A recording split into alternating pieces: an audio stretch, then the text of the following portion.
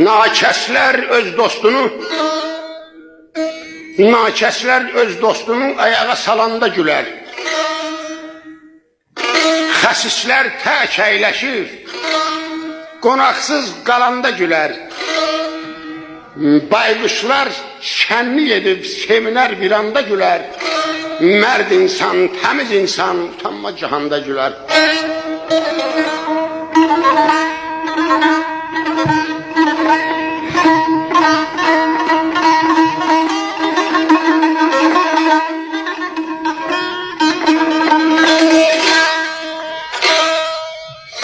Məqsədə çatmaq üçün səbr elə yorma özünü. Düşmənini yoxlamamış qabaq vermə özünü. Ağrınalarım ay Nərman qağa. Şan şöhrətə çox gül olub, çox uca tutma özünü. Sən öl şan şöhrəti verən fələk qaydı valanda gülər.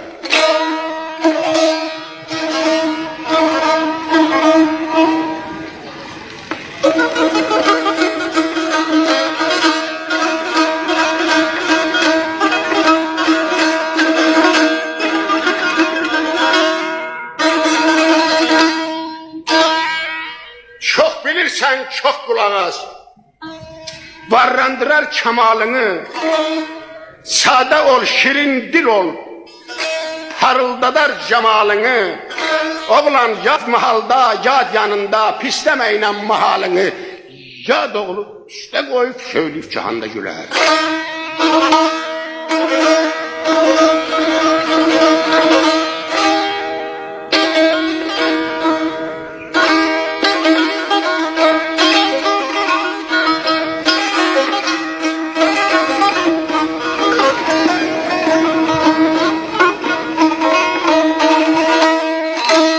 Xəstənin xəstəliyini heç vaxt ona söyləməsən,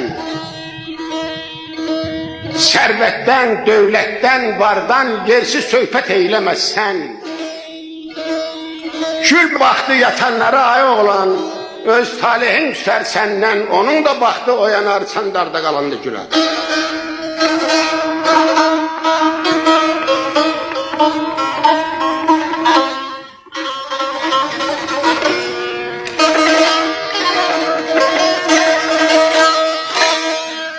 Arada hörmət saxla, evlad üzə qayıtmasın.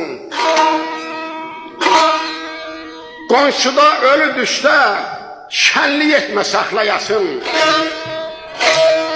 Səfəri qoyma yatmağa, dediklərini unutmasın, çox yatar baxdı kimi tamam qocalanda gülər.